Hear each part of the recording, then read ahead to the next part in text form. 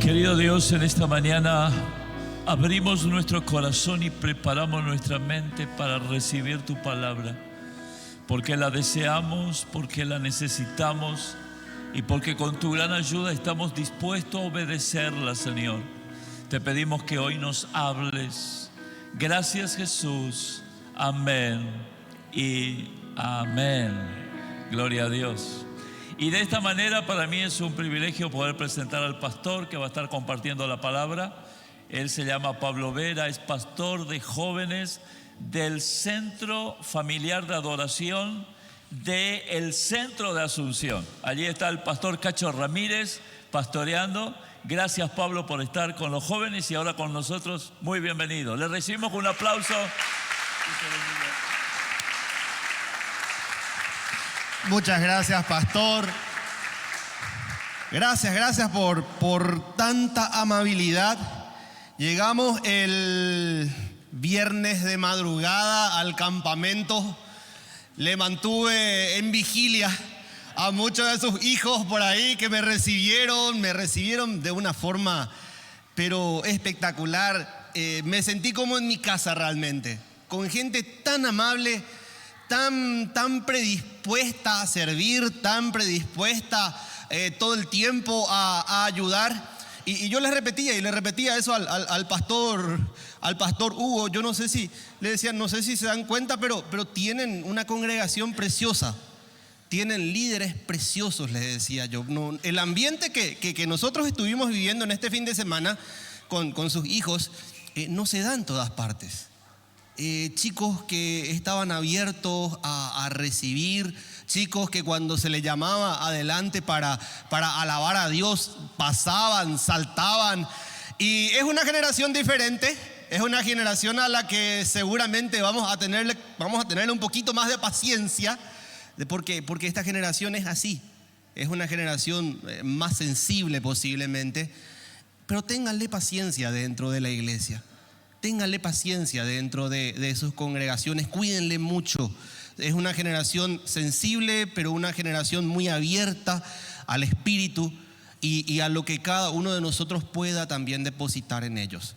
Influencia mucho lo que ellos determinen para ellos, pero influencia mucho lo que nosotros como congregación, como adultos también podamos estar dándole a estos chicos. ¿Por qué? Porque ellos dependen mucho de lo que nosotros también generamos para ellos. Hablábamos con la pastora, ¿por qué se da tanta predisposición de los chicos? Y evidentemente porque el Espíritu Santo obró, y yo confirmo eso con el testimonio que estuvieron contando hace un ratito aquí sobre cómo juntaron el dinero para que los chicos se vayan al campamento. Y yo corroboro, realmente hubo un trabajo y un buen trabajo de las familias, hubo un buen trabajo de los líderes que fueron trabajando para que este fin de semana sea un fin de semana, yo creo que glorioso. Glorioso realmente. Anoche estuvimos tocando varios temas. Es una generación muy atacada por lo sexual, por esas cuestiones que muchas veces ellos están recibiendo, y muchos chicos nuevos también que llegaban con familias disfuncionales, con muchos problemas. El viernes a la tarde hice una dinámica con ellos y les dije, van a anotar en un papelito lo que les frustra de sus familias. ¿Qué te molesta de tu casa? Porque vieron que el adolescente siempre tiene un poquito de eso en casa, ¿verdad? Por más de que sea cristiano, vengamos de familia cristiana, siempre el adolescente tiene un pero hacia mamá, hacia papá, hacia su familia muchas veces. Hicimos una dinámica donde ellos anotaron en un papelito y después tiraron el papelito arriba y se mezcló. Nadie sabía quién tiró el papelito. Las cosas que se leían en esos papeles era realmente liberador. Hablaban, me molesta que me traten mal en casa, me molesta que se peleen tanto en casa, me molesta que me digan que soy un inútil, me molesta que me maltraten. Muchos problemas que ellos empezaron a exteriorizar de ese momento. Hubo un silencio parecido al que está ahora aquí en este auditorio. Nadie habló, se quedaron callados. ¿Cuántos se sienten identificados con lo que leían? Y varios hacían con la cabecita así. El Espíritu Santo comenzó a ministrar, y a ministrar bastante. En esa mañana pasaron al frente muchos llorando, muchos hablando, dándole un abrazo. El pastor justamente nos llamó a abrazarle a los chicos. Un llanto en muchos de ellos que estaban liberándose, chicos nuevos que estaban llegando a la iglesia. Entonces es una generación a la que hay mucho por hacer con ellos, y es una generación que yo sé que se va a levantar para hacer la obra de Dios, y para hacer también mucho de un orgullo para ustedes dentro de la iglesia y dentro de esta congregación. Como el pastor ya les estuvo contando yo, y se van a dar cuenta ya por mi acento, vengo de Paraguay, vengo de Asunción.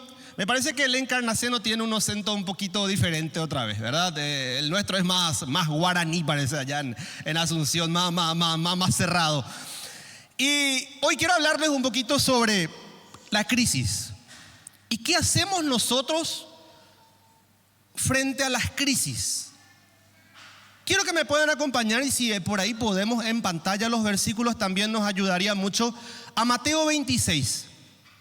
Mateo capítulo 26, los que tienen sus Biblias, los que tienen sus celulares, por lo general a los chicos les digo guarden sus celulares, ¿verdad? Porque se me distraen mucho. Hoy también nosotros los adultos nos distraemos bastante con el celular, entonces mucho cuidado.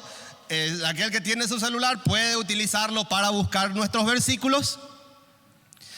Y quiero compartir un poquito una crisis. La mayor crisis posiblemente que Jesús haya atravesado en su vida mientras que estuvo aquí con nosotros en la tierra. En el tiempo que Él vino a salvarnos, en el tiempo que Él vino a morir por nosotros, y aunque fue una cuestión donde Él ya lo sabía de antemano, porque desde chiquitito Él vino con una misión. Obviamente Él, como Dios eterno, Él vino con la misión de su Padre de morir y resucitar por cada uno de nosotros.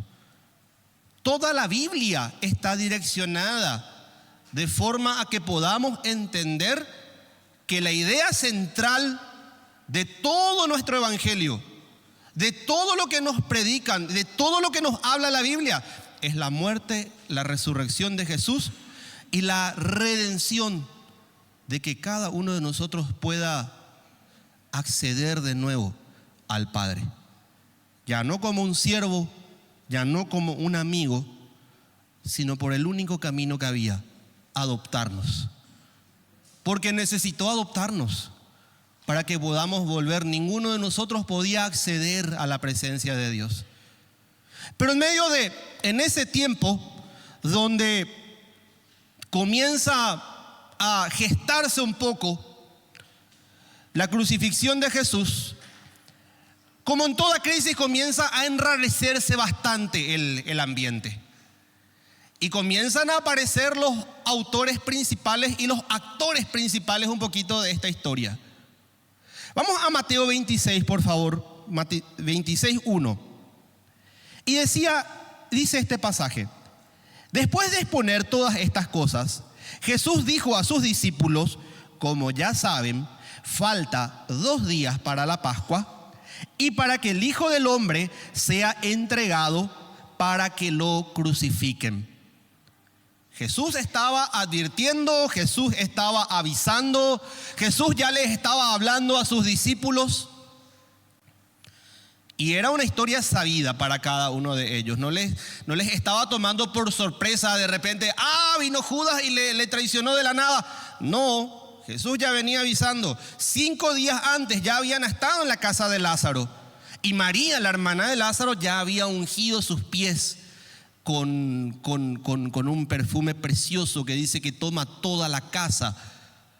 Y ya hubo una manifestación un poco rara de los discípulos. Se enojaron por lo que María hizo.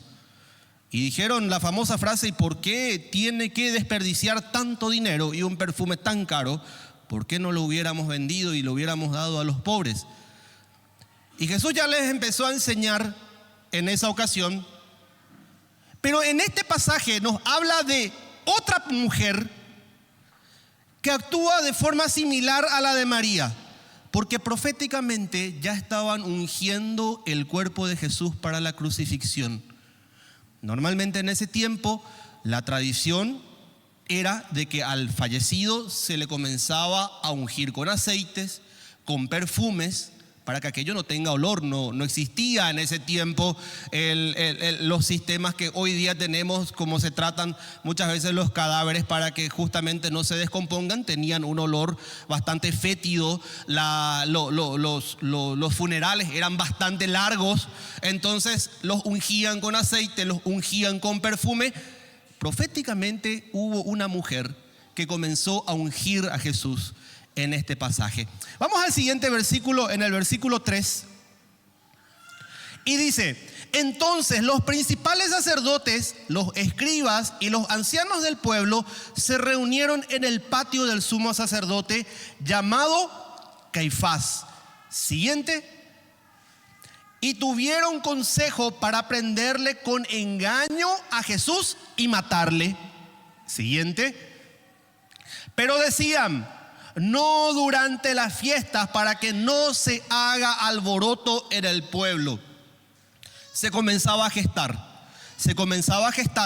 y comenzaba un tiempo donde, como en muchas crisis, como en muchas ocasiones, el ambiente comienza a enrarecerse. ¿Y quién mejor para hablarle de crisis que un paraguayo? Los reyes de la crisis somos los paraguayos. Vivimos en crisis nosotros. Ustedes hoy están posiblemente pasando por una crisis económica, pero el Paraguay históricamente ha pasado por crisis y nos hemos criado nosotros en medio de crisis, y la iglesia paraguaya tuvo que saber convivir, y los cristianos paraguayos hemos aprendido a convivir con esas crisis, y sabiendo que siempre Dios se ha glorificado dentro de la crisis. Enturbia el ambiente, comienza a aparecer gente que aparentemente muchas veces es tu amigo, pero que al final no lo es. Gente que está cerca tuyo, pero a causa de la crisis, a causa de los problemas, comienza a darse vuelta, decimos en Paraguay, como Judas. Es el tiempo donde Judas decide acercarse a los sacerdotes que ya estaban buscando cómo agarrarle a Jesús, pero no podían, no encontraban. Y fue el tiempo donde Jesús dijo: espera, yo voy a ver. Y se fue y le vendió a Jesús. Muchas cosas pasan en medio de una crisis. Muchas cosas pasan en medio de esa situación. Hoy la ciencia encuentra de que el cerebro humano es un órgano netamente social. Todo el tiempo está interpretando su realidad. Todo el tiempo el cerebro, tu cerebro, mi cerebro, está interpretando lo que sucede a su alrededor. Ustedes posiblemente al verme a mí ya saquen una conclusión al escuchar el mensaje. Al estar en este lugar, continuamente estamos sacando conclusiones e inclusive prejuzgando. Y prejuzgando en el buen sentido, porque todos lo hacemos, dice la ciencia. Todos de alguna manera necesitamos prejuzgar, porque de esa manera es la única manera que nosotros tenemos de relacionarnos con otras personas. El aspecto físico, el acento, me cae bien, no me cae tan bien. Esta persona que está hablando sabe realmente, no sabe nada. Me interesa, no me interesa. Y a partir de ahí yo voy generando una motivación para querer relacionarme con ese entorno. Dice la ciencia de que este entorno, el ser humano necesita de un entorno equilibrado para poder sobrevivir. Que los entornos críticos, los entornos densos, nos van desgastando. Y si nosotros no encontramos un norte, si no encontramos ciertos parámetros que nos ayuden a nosotros a cortar con ese estrés, con el tiempo nos enfermamos. Y aquí está la clave un poco del cristiano. Que en el tiempo de crisis tiene a Dios de su lado. Que en el tiempo de crisis, a diferencia de aquel que no tiene a Cristo, tiene una guía. Y no solo una guía, tiene a Dios mismo, a Jesús mismo dentro suyo. ¿Por qué dentro de la crisis un hijo de Dios puede tener paz?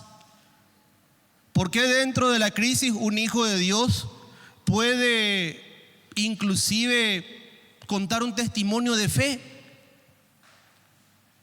No sé si le sucede acá, pero en Paraguay, los tiempos de crisis que tuvimos, la iglesia se vio fortalecida muchas veces, como nos sucedió en el tiempo de pandemia, pero afuera a la gente se le veía muy preocupada, a la gente se le veía muy estresada. Recorremos nosotros, yo trabajo para una fundación, la Fundación Buen Gobierno en Paraguay, trabaja con los empleados del Estado. Y somos una organización cristiana, somos todos cristianos, pero como en Paraguay no tenemos el acceso libre de la palabra de Dios, muchas veces utilizar la palabra y utilizar el mensaje, el evangelio de forma directa, está permitido en teoría, pero sabemos bien por experiencia que nos cortan. Directamente el encargado, el ministro, nos va cortando, nos va sacando. Entonces, con la fundación utilizamos mucho una estrategia de hablar sobre ambientes laborales, hablamos mucho sobre el estrés laboral, hablamos mucho sobre la relación que hay entre familia y trabajo, y a partir de ahí vamos metiendo conceptos bíblicos. Y tenemos unos grupos pequeños vía Zoom, donde ya realmente podemos conversar de forma mucho más directa con ellos.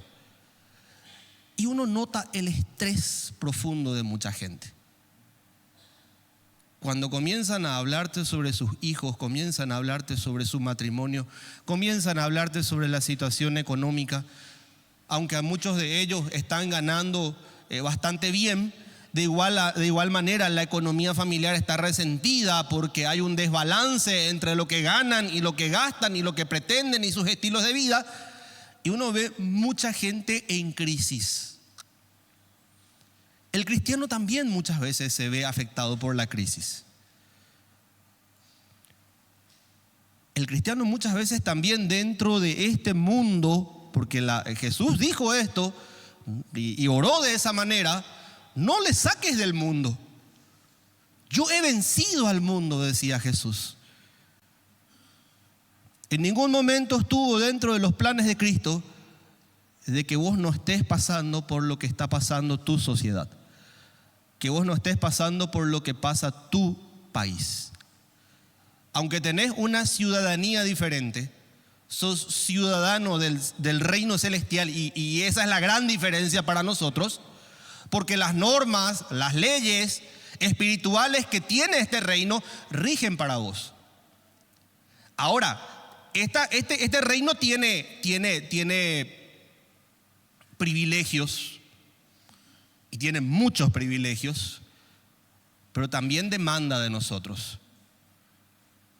Y demanda ciertas actitudes, demanda una fe diferente, demanda inclusive que muchas veces, como Cristo hizo, podamos morir a nosotros mismos.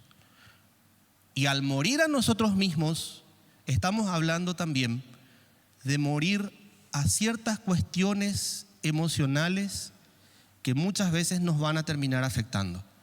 La ciencia encuentra algo interesante. Sos un ser social que constantemente se está relacionando con su entorno, está interpretando la gente, está interpretando la realidad, está interpretando la política, está interpretando lo que sucede.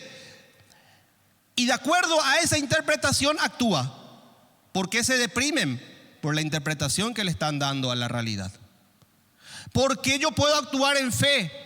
porque hay ciertos parámetros que Cristo me da, porque tengo, así como dice el campamento de los chicos, el ADN de Cristo, le tengo a Cristo mismo, que me permite a mí evaluar de otra forma esa misma realidad que están pasando los otros posadeños, que están pasando los otros argentinos. Y me permite a mí, de acuerdo a esa interpretación que Cristo me permite tener, de que esto puede cambiar. Y no solamente cambiar, sino que en este transcurso que estamos viviendo, lo podemos sobrellevar y siempre vamos a actuar en fe. Siempre podemos actuar de forma positiva. Siempre podemos actuar de forma optimista. Y uno se pregunta, y muchas veces me preguntaban a mí, ¿cómo te puedes? En el tiempo de facultad me relacionaba mucho con mis compañeros y me decían, Pablo, ¿cómo vos siempre estás sonriente? Vos parece que no tenés problemas. Vos parece que no, a vos parece que te resbalas. Me decían, parece que a vos no te preocupa nada. Siempre se te ve bien. Y me daba la oportunidad para hablarles de lo que yo tenía. De por qué al Cristo que yo tengo dentro no me permitía estar triste, inclusive en los tiempos de dificultad, en los tiempos de crisis. La ciencia encuentra algo interesante. El ser humano es un ser emocional. Se conecta a través de sus emociones. Saltamos de la alegría a la tristeza, de la tristeza a la ira, de la ira al miedo, y convivimos nosotros con eso. De forma natural, dicen ellos. ¿Por qué? Porque, por ejemplo, no hace falta necesariamente meternos en un contexto de crisis. Vamos a cruzar la calle. ¿Por qué uno mira a los costados cuando va a cruzar la calle? Porque me enseñaron, por un lado, de chiquito, tenés que mirar a los costados, pero también porque tengo miedo de que venga un auto, que venga un camión y me lleve por delante. Entonces, esa emoción del miedo es una emoción que convive conmigo. Lo que sucede en los tiempos de crisis es que esas emociones para mucha gente se desbordan. Y vivimos en ansiedad, vivimos preocupados, vivimos estresados. ¿Sabían ustedes que en el siglo XXI hubo otra pandemia mayor que la del COVID? ¿Sabían ustedes eso? Hay más gente enferma de ansiedad y de depresión que en toda la historia de la humanidad. Somos una generación que convive con el estrés. Somos una generación que convive con la preocupación. Somos una generación que constantemente está viviendo en el futuro. Nos ayuda bastante la tecnología. Nos ayuda bastante estar comparándonos todo el tiempo, a ver esa sobreinformación que todo el tiempo nos está llegando en tiempo real. Lo que sucede en Buenos Aires, lo que Milei dijo en Buenos Aires, al momento vos tenés en tu celular. Lo que sucede con la bolsa de valores y con la macroeconomía de la Argentina, enseguida te llega en el celular. Lo que sucedió con algún accidente, alguna persona, alguna situación, algún hecho de corrupción, en el momento te llega en el celular. Y vivimos estresados, vivimos preocupados. Pero hubo una mujer que en medio de todo este estrés tomó las cosas de forma diferente. Vamos al versículo siguiente, por favor, el 6. Y estando Jesús, y vamos a ir leyendo, y te voy a pedir para parar, para ir haciendo un poco más ágil, te voy a agradecer. Y estando Jesús en Betania, en casa de Simón el leproso, siguiente, vino a él una mujer con un vaso de alabastro de perfume de gran precio y lo derramó sobre la cabeza de él, estando sentado a la mesa. El 8. Al ver esto, los discípulos se enojaron diciendo, ¿para qué este desperdicio? La mujer con el vaso de alabastro, en otras versiones dice el cántaro de alabastro. Esta persona tenía un perfume y un producto carísimo para ese tiempo. Era una resina muy valiosa, con un olor precioso, parecido al que tenía María, la hermana de Lázaro, que cuando se rompía tomaba toda la habitación e inundaba de un olor precioso a todo el lugar. Y dice la palabra de Dios que esta mujer decide agarrar ese vaso con esa resina preciosa, carísima, y lo derrama sobre la cabeza de Jesús. En medio de una crisis donde los apóstoles muchas veces estaban pensando en otra cosa y no estaban pensando en la persona principal de toda esta historia, que fue Jesús, una persona totalmente externa a su congregación, una persona totalmente externa a los 3 años que vivieron estas personas con Jesús, escuchando de su palabra, viviendo los mensajes, no solamente viviendo, sino que ellos mismos, habiendo recibido los beneficios de convivir con Jesús, se da cuenta de algo importante. Primeramente, que es una fecha y un tiempo especial. Fue consciente del tiempo que estaban viviendo ellas. En el espíritu, esta mujer pudo ver de que ese era un tiempo especial, no era un tiempo cualquiera. Y siempre las crisis son tiempos especiales. Siempre las crisis van a ser tiempos donde va a sacar gente quejona, gente que a lo mejor esté viendo la quinta pata al gato y busque más bien deprimirse, quejarse, tirarse para abajo o reaccionar como la mujer. No dice el nombre de esta mujer. Atiendan bien que este pasaje no habla del nombre de la mujer con el vaso de alabastro.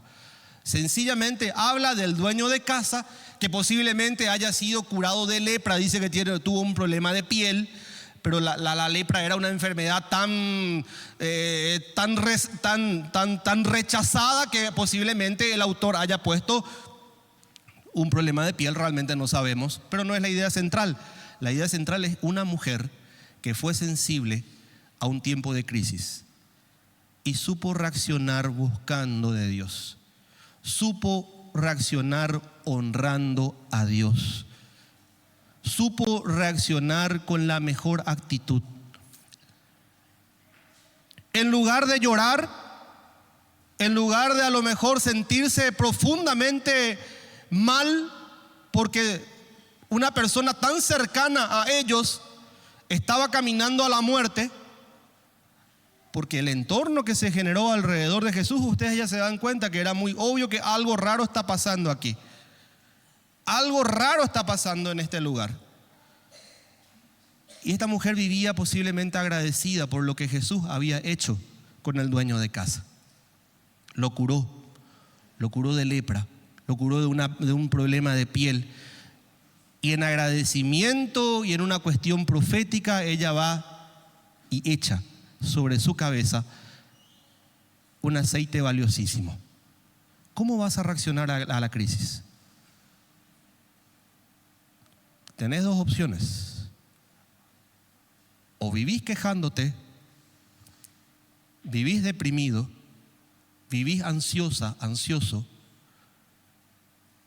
o decidís quebrar un vaso de alabastro, buscar la presencia de Jesús, porque ese vaso de alabastro lo que representa es la adoración de esta mujer a Jesús. ¿Cómo querés vivir este tiempo?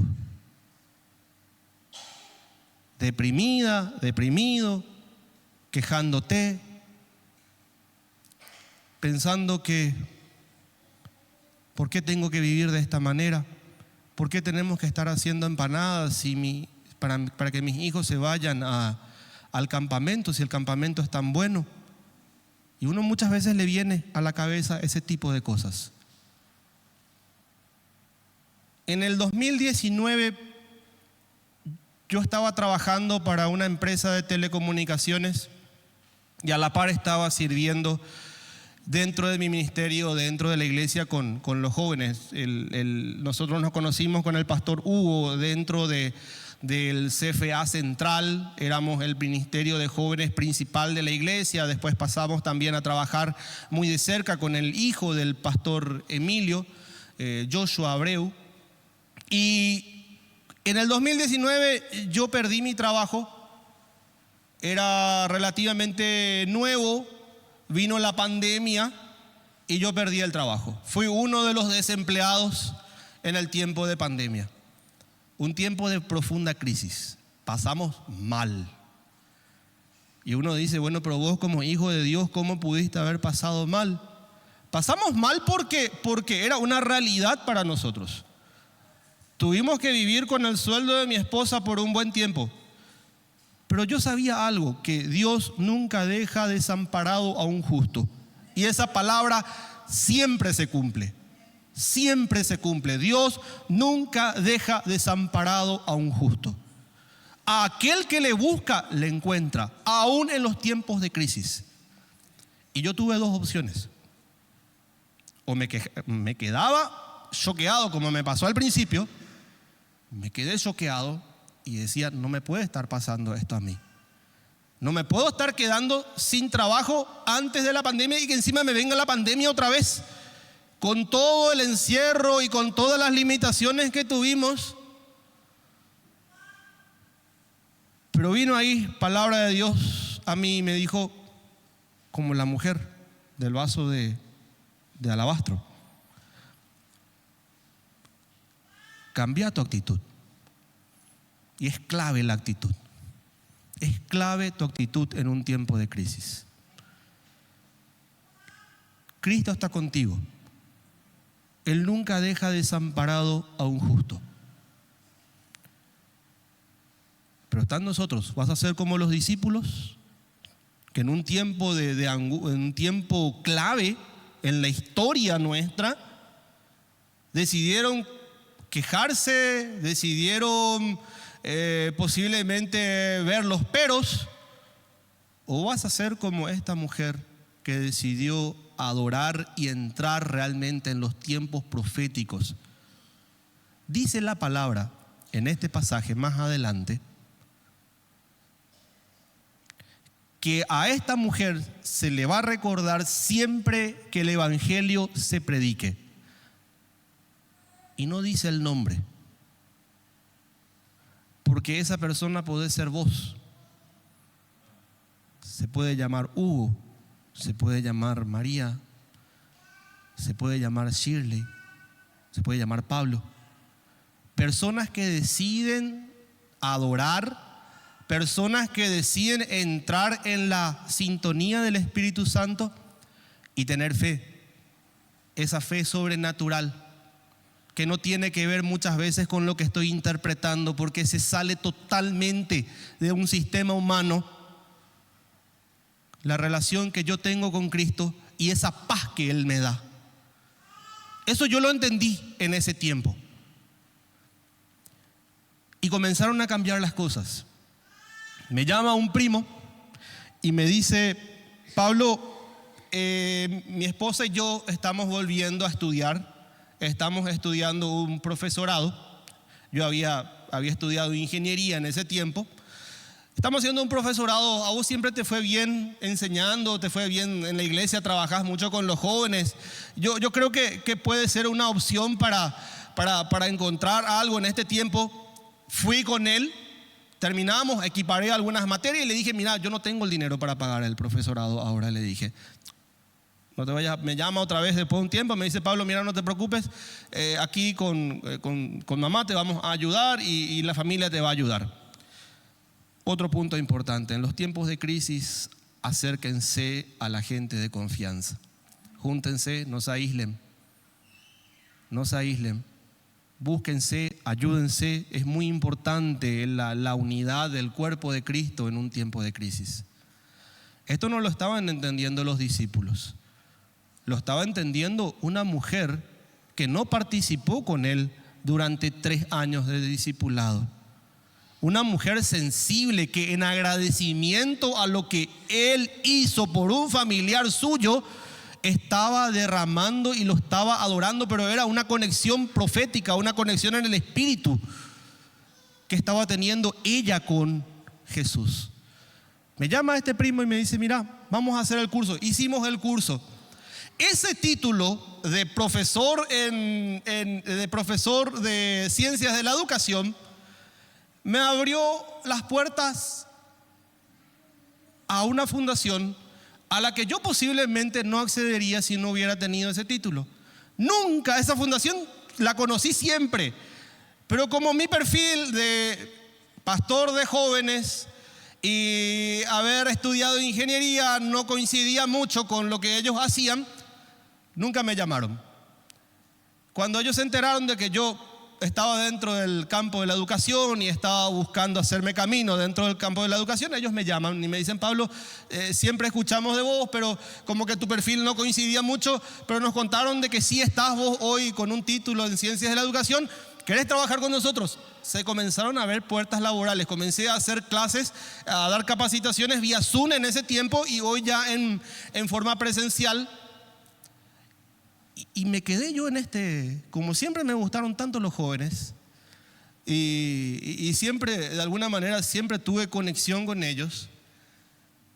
Me quedé, hoy estoy trabajando dentro de un colegio, el colegio depende del Estado de Israel, se llama así el colegio, Estado de Israel, y depende directamente del Estado judío. Y trabajando dentro de una obra en el centro de Asunción, le llamamos CFA Centro, y se comenzaron a abrir las puertas. Pero se comenzaron a abrir las puertas cuando yo dejé de quejarme. Se comenzaron a abrir las puertas cuando yo decidí cambiar mi actitud y decidí adorar como hizo esta señora. Yo te animo que en esta mañana cada uno de nosotros pueda tomar esa actitud. Y quiero invitarte a que te pongas de pie y quiero pedirle por favor a la gente de la alabanza, si puede pasar por favor.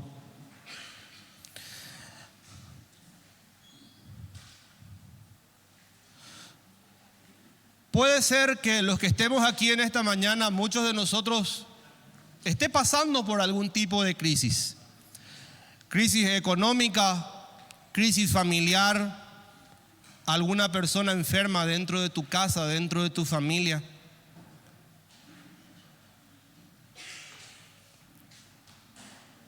Y te animo que en esta mañana vos puedas hacer lo mismo que hizo esta mujer. Saca un cántaro de alabanza. Que el perfume de tu alabanza, de tu adoración en esta mañana, llene todo este lugar. Que tu canto llene este lugar. Te invito a adorarle. Te invito a adorarle. Hay mucho que no podés controlar. Hay mucho que ya trataste, ya hiciste, y hay mucho de lo que vos estás haciendo hoy que te está sirviendo. Pero hay mucho de lo que estás viviendo hoy que no podés controlar, que no está en tus manos. Y es lo que me estresa, es lo que me saca el sueño, es lo que me genera ansiedad.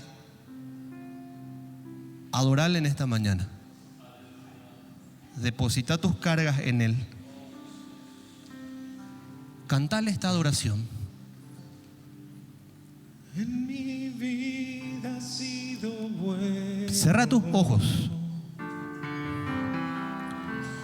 y permití que el Espíritu Santo te ministre en esta mañana. Tan fiel con mi ser, con cada aliento, yo cantaré de la bondad de Dios. Si oras en lenguas, ora en lenguas en este momento.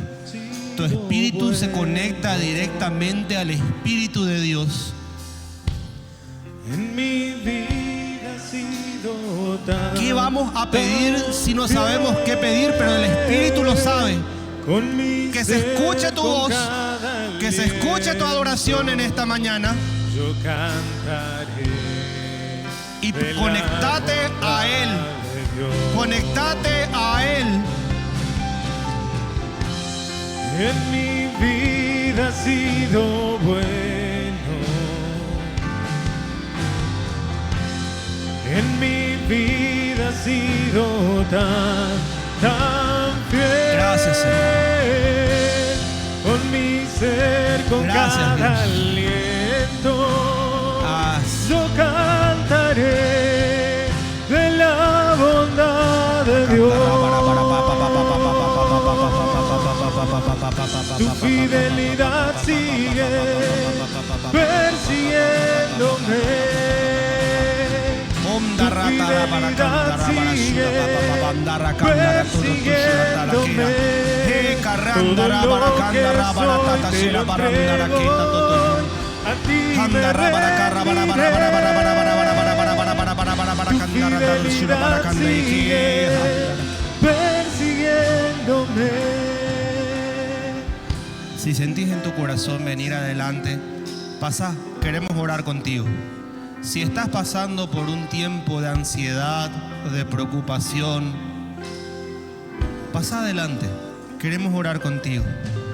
No tengas miedo, no tengas vergüenza, que la vergüenza no te saque la oportunidad de ser ministrado en esta mañana.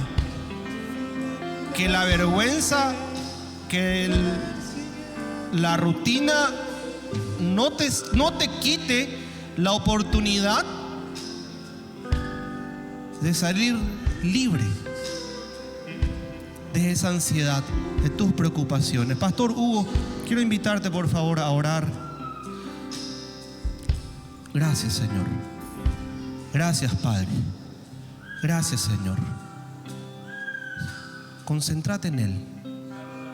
Concéntrate en Él. Concéntrate en Él. Adorale. Hacé lo que hizo esta mujer. Adorale. No le cuentes sobre tus problemas en esta mañana. Solamente adorale. Conectate al Espíritu.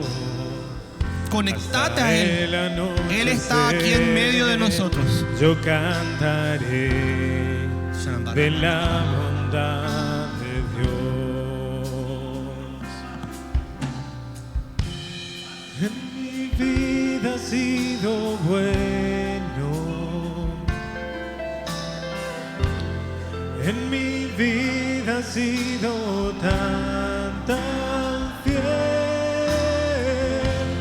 Con mi ser, con cada aliento, yo cantaré de la bondad de Dios. Yo amo tu voz, me has guiado por el fuego, tú cerca estás en la oscuridad.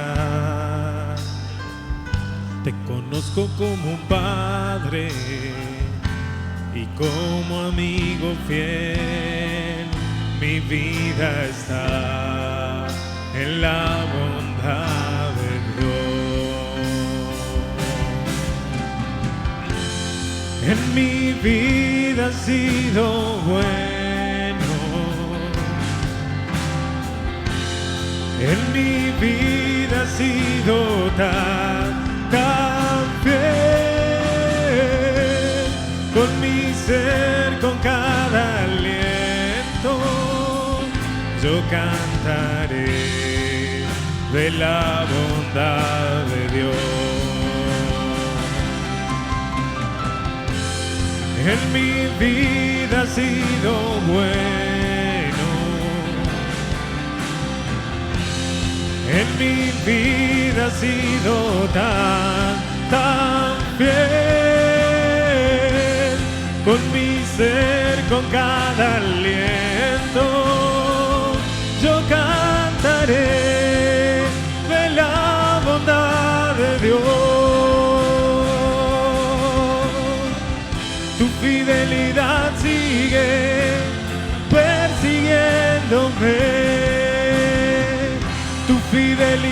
sigue persiguiéndome.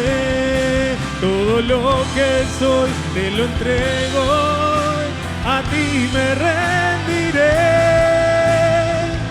Tu fidelidad sigue persiguiéndome. Tu fidelidad sigue persiguiéndome.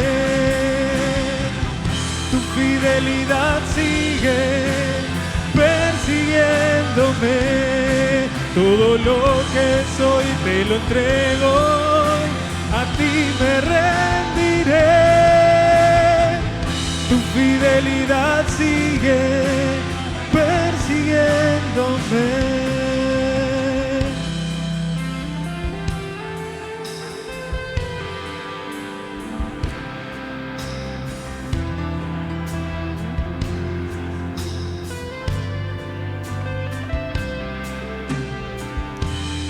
En mi vida has sido bueno.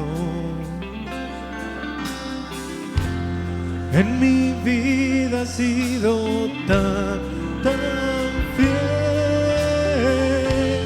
Con mi ser, con cada aliento, yo cantaré de la bondad de Dios. En mi vida has sido bueno. En mi vida has sido tan fiel. Con mi ser, con cada aliento, yo cantaré de la bondad de Dios. Tu fidelidad sigue persiguiéndome. Tu fidelidad sigue persiguiéndome. Todo lo que soy te lo entrego hoy, a ti me rendiré. Tu fidelidad sigue persiguiéndome. Tu fidelidad sigue persiguiéndome. Tu fidelidad sigue